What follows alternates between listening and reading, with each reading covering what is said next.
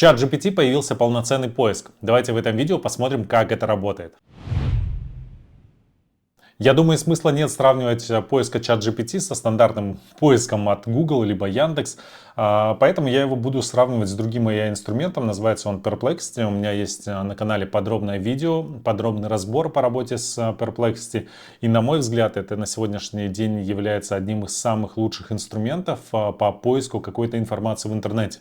По крайней мере, я уже перестал заходить в Яндекс и Google для того, чтобы что-то найти. Всегда что-то ищу именно в Perplexity. Поэтому я бы хотел сравнить поиск от ChatGPT именно с сервисом Perplexity, который уже существует порядка 1,5 или 2 лет.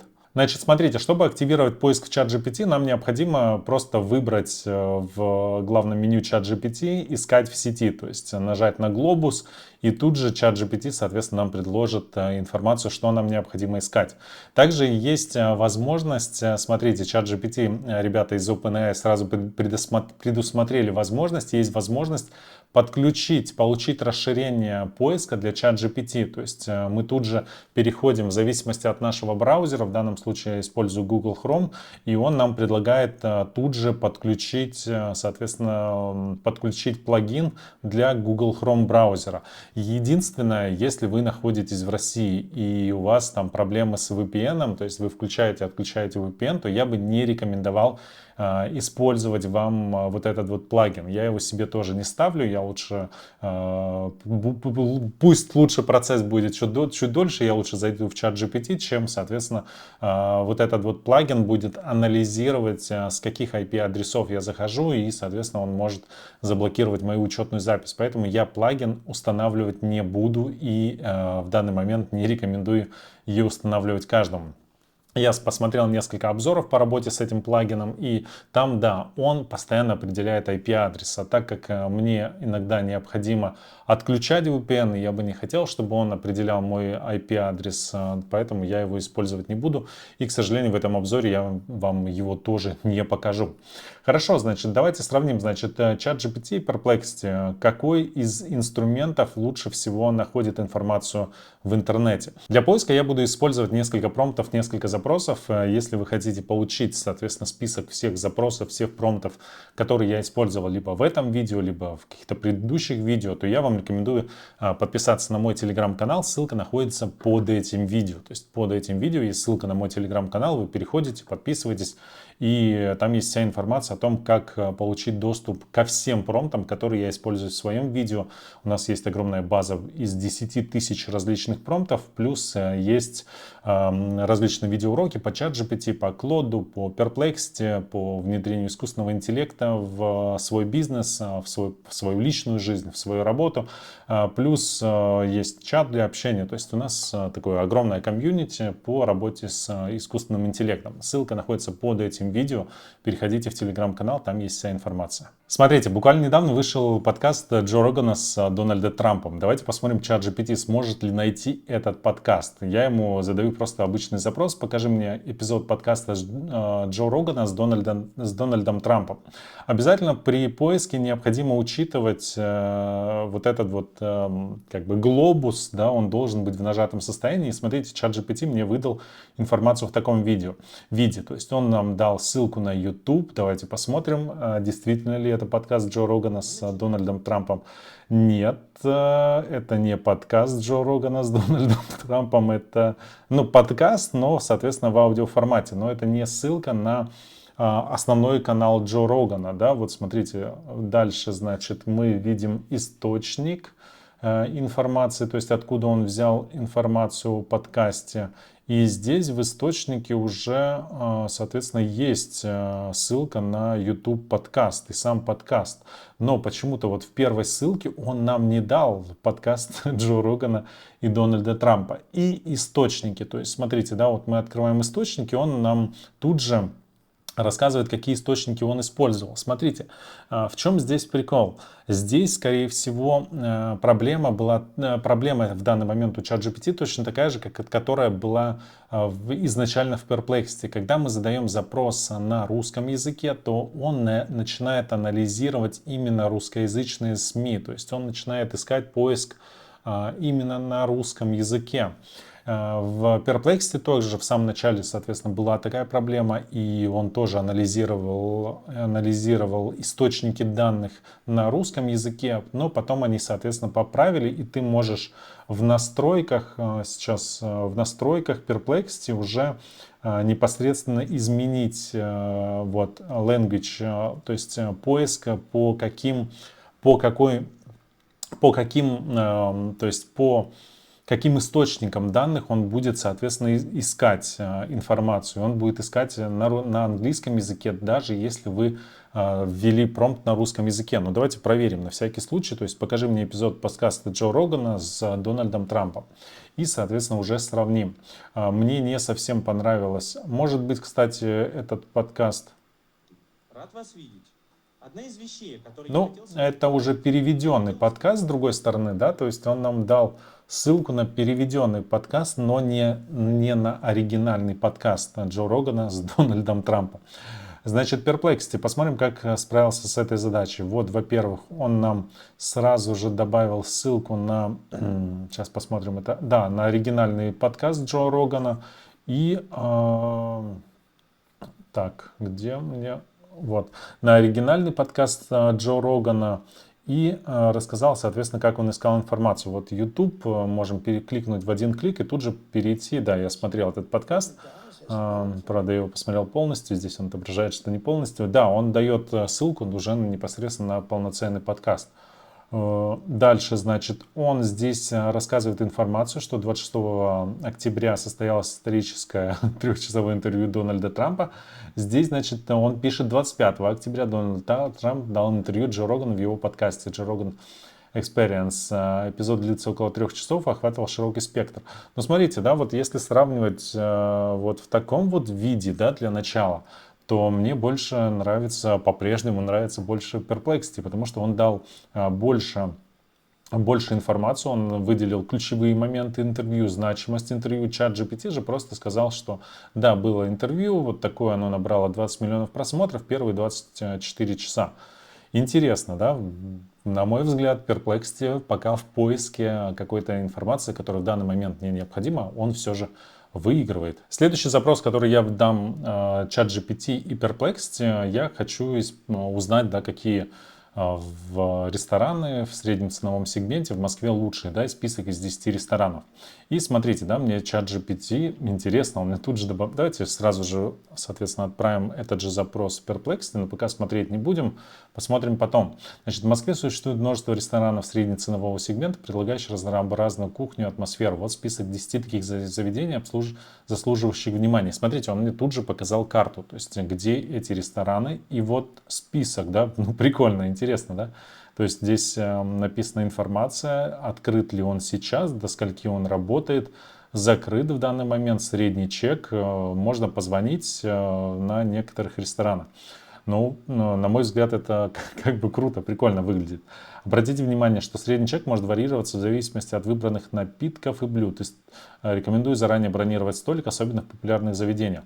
И посмотреть источники, то есть откуда он брал эту информацию. То есть он ее не просто придумал, он написал, он проанализировал, соответственно, список ресторанов из популярных статей в интернете и дал мне список. Но знаете, что мне здесь не хватило еще самого, то есть списка. Вот первый, второй, третий, чтобы я, может быть, смог достать свой телефон, сфотографировать, и все у меня было в одном месте. Либо сделать скриншот, либо просто поделиться.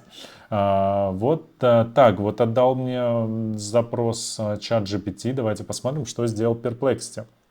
Perplexity мне дал список из этих ресторанов, показал рейтинг, показал количество отзывов, тоже прикольно.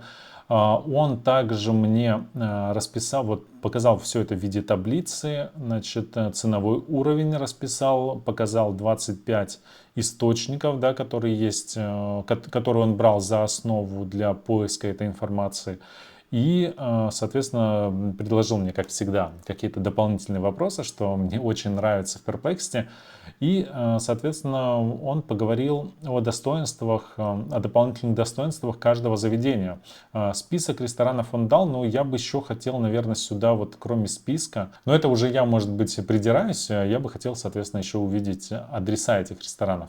Можно посмотреть изображение, изображения нет, видео нет, сгенерировать изображение, но, в принципе, здесь здесь все достаточно стандартно. Но, опять же, мне ответ от Perplexity почему-то больше в данный момент нравится. По крайней мере, вот для поиска такой информации. Давайте перейдем к следующему тесту. Следующий вопрос, который я бы хотел протестировать, это как бы данные в реальном времени. Хотя сегодня, по-моему, не рабочий день, да, сегодня не рабочий день, поэтому данных в реальном времени получить сложно будет. Но потом мы с вами протестируем еще погоду. Сейчас я бы хотел узнать, какие технологические акции показывают лучшие результаты за сегодня. И, соответственно, он мне говорит, что на 2 ноября, хотя сегодня 3 ноября, ну, хотя, наверное, в Америке может быть 2 ноября, но окей. На 2 ноября среди технологических... либо он показывает, у него нет данных за сегодня, скорее всего, потому что сегодня не рабочий день. И он показывает за предыдущий день.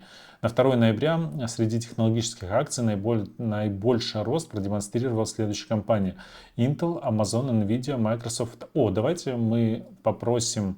Да, давайте мы попросим у него данные по криптовалюте. Значит, здесь хорошо, он дает мне данные за 2 ноября. Давайте сравним с ответом Perplexity, просто чтобы посмотреть, не включил ли он галлюцинацию для того, чтобы нам какую-то информацию предоставить.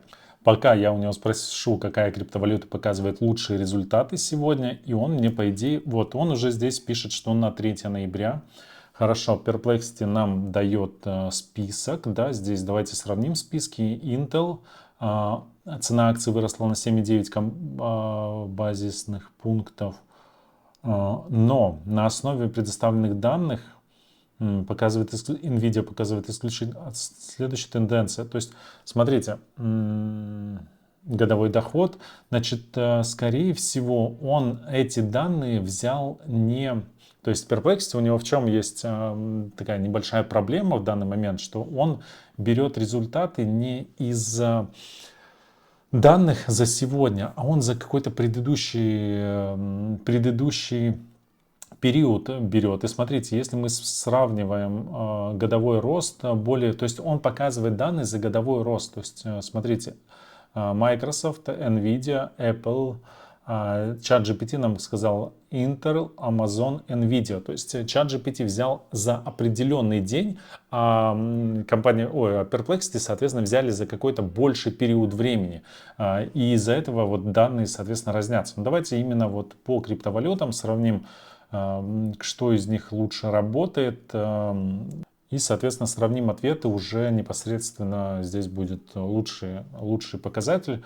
На 3 ноября среди криптовалют наибольший рост продемонстрировали. И, соответственно, он дает мне список криптовалют, которые на сегодняшний день лучший рост продемонстрировали. Хотя сейчас вся криптовалюта падает.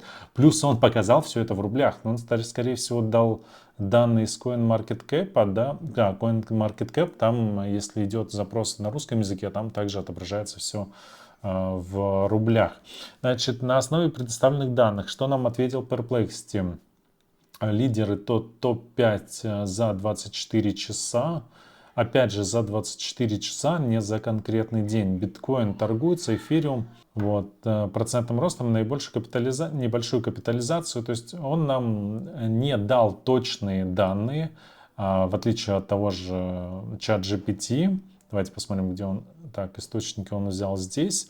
И вот с этим, кстати, с этой информацией, что ChatGPT в данный период времени берет именно показатели за данный период времени, на мой взгляд, поиск ChatGPT в этой категории он выигрывает по сравнению с тем же Perplexity. Хорошо, давайте пойдем дальше и спросим у ChatGPT, какие главные мировые новости произошли за последние 24 часа. И также этот же вопрос зададим непосредственно Perplexity и спросим его, какие произошли новости за последние 24 часа. Значит, смотрите, он разделил, вот этот ответ мне уже от ChatGPT больше нравится, то есть он разделил на определенные сегменты, да, политика, международные отношения, экономика, общество, происшествия, культура. Давайте посмотрим источники, которые он брал. Он также брал источники из русскоязычных СМИ. Да, вот смотрите, все источники указаны в качестве русскоязычных СМИ, плюс есть Евроньюз. То есть все, кто пишет на русском языке, он оттуда он оттуда взял информацию. Perplexity же, если рассматривать источники, да, давайте посмотрим источники Perplexity, он также где-то брал с русскоязычных СМИ, где-то что-то переводил. Вот. И, значит, и просто выделил новости, которые, соответственно, происходили за последние 24 часа. Здесь же мы видим именно по категориям. И, на мой взгляд, вот по категориям, вот он предлагает опять расширение, по категориям, мне кажется, то есть каждый из нас может выбрать ту свою категорию, которая ему необходима для того, чтобы получить тот ответ, который его устраивает. Ну, давайте еще один вопрос ему зададим, тоже связанный с новостями и тоже связанный с поиском в данный период времени. Так, смотрите, сегодня играет матч Манчестер Юнайтед. Я смотрю все их матчи на протяжении уже нескольких лет, уже больше 3 лет или даже 4 лет я еще не пропустил ни одного матча Манчестер Юнайтед. И, соответственно, я бы хотел узнать, например, у ChatGPT, во сколько и где сегодня играет Манчестер Юнайтед, какие шансы у него на победу, кто будет главным тренером и какой, скорее всего, будет состав команды. И, соответственно, мне ChatGPT начинает анализировать и давать ответ. Давайте этот же вопрос тут же зададим Perplexity и позже посмотрим на ответ. Значит, смотрите, сегодня Манчестер принимает Челси, все верно, на стадионе Олд Траффорд. Матч начинается в 18:30 по московскому времени. По-моему, он начинается в 19:30, а 18:30 по английскому времени. Шансы на победу букмекеры оценивают 2,5, ничья 3,6, коэффициент Челси 2,6. Главный тренер, временно исполняющий обязанности Руд ван Нистелрой, Рубин Аморим возглавит команду 11 ноября. Все правильно, вратарь Андрей Онана, Далот, Рафаэл Варан. Вот смотрите, вот эту вот информацию он уже придумал. Люк Шоу тоже эту информацию он придумал, потому что эти игроки, этот уже закончил профессиональную карьеру, этот с травмой. Дальше, значит, Бруно Фернандеш, Эриксен, Казимира, Решфорд, Гарначо, Расмус Хелланд. Ну, в принципе, с остальным он более-менее справился, однако окончательный состав будет объявлен непосредственно позже. Но, в принципе, он ответ дал более-менее, ну, правильный. Давайте посмотрим, с каких источников он брал. Соответственно, искал в Википедии, рейтинг букмекеров, Sports.ru читал. То есть он прочитал, проанализировал также вот большое количество информации, нашел информацию и большую часть ответа он, соответственно, дал правильно, кроме, соответственно, выбора защитников. Окей, что нам скажет Perplexity? Значит, он нам говорит, что сегодня Челси 3 ноября состоится тренерский штаб Руд ван Нистелрой. Рубин Аморим только 11 ноября. Ожидаемый состав: Мазруиль, Делихт, Мартинес, Далот, Угарте, Казимира, Фернандеш, Гарначо, Решфорд, Хойланд. Да, смотрите, здесь он дает больше, то есть ожидаемый состав он выбирает лучше. И, соответственно, схему, которая будет использована, он тоже выбирает лучше, правильнее, той, с которой играет, соответственно, Руд ван Нистелрой в последние матчи. Шансы на победу, значит, домашнее поле, но коэффициенты он нам не приводит, но в последних 3 матчах забивалось не меньше 3 голов, и по источникам данным он также нам эту информацию выдал. Но слушайте, да, вот мне, опять же, да, хотя будет проходить матч в данный период времени, мне ответ, по крайней мере, от Perplexity нравится больше, чем ответ, соответственно, у ChatGPT. Ну и давайте еще один сложный вопрос мы зададим, значит, ChatGPT. Объясни последние открытия в квантовой физике за 2024 год. И такой же, соответственно, вопрос мы зададим в Perplexity. И, значит, в 2024 в области квантовой физики было сделано несколько значимых открытий. Это долговечный временный кристалл, независимость перемещения спина частиц, исследование квантовой запутанности, наблюдение отрицательного времени. Кстати, вот эта тема меня тоже интересовала, я ее недавно хотел начать читать. Значит, квантовая запутанность, баг, прорыв в квантовых вычислениях, новые состояния материи, объединение квантовой механики и общей теории относительности. Да, вот немножко он нам независимость перемещения запутанности в феврале, когда произошло, он выделил немного другие события, да, которые он считает более значимыми, да, ответы здесь разнятся. Здесь в качестве источников только англоязычные, американские, ну, не американские, а англоязычные, соответственно, СМИ. Здесь в качестве источников он взял Википедию, ну и русскоязычные, соответственно, СМИ.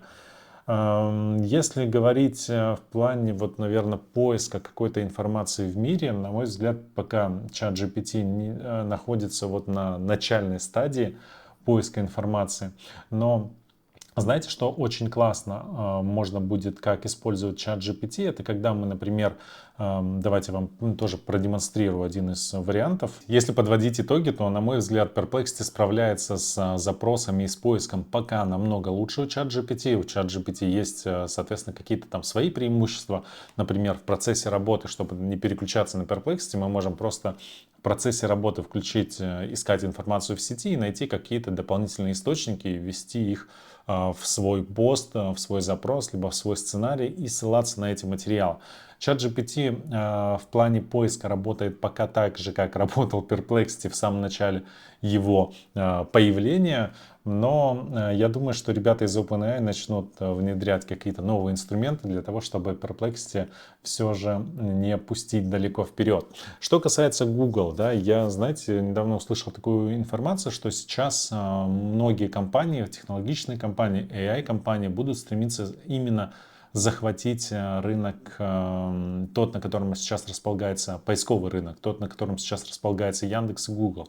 Почему? Потому что Яндекс и Google, по крайней мере Google, да, зарабатывает огромное количество денег именно на поисковом трафике, а если люди ничего не будут искать, соответственно, люди не будут кликать на те самые рекламные объявления, и весь тот бюджет, который сейчас тратится на поисковую рекламу, он, скорее всего, будет переходить плавно к таким технологическим компаниям, как OpenAI и в искусственный интеллект. Поэтому я думаю, что Google сейчас будет немножко напрягаться для того, чтобы не отпустить ту долю рынка, которую они завоевывали в течение длительного периода времени, и что-то будет придумывать для того, чтобы чат GPT не становился таким же мощным поисковиком.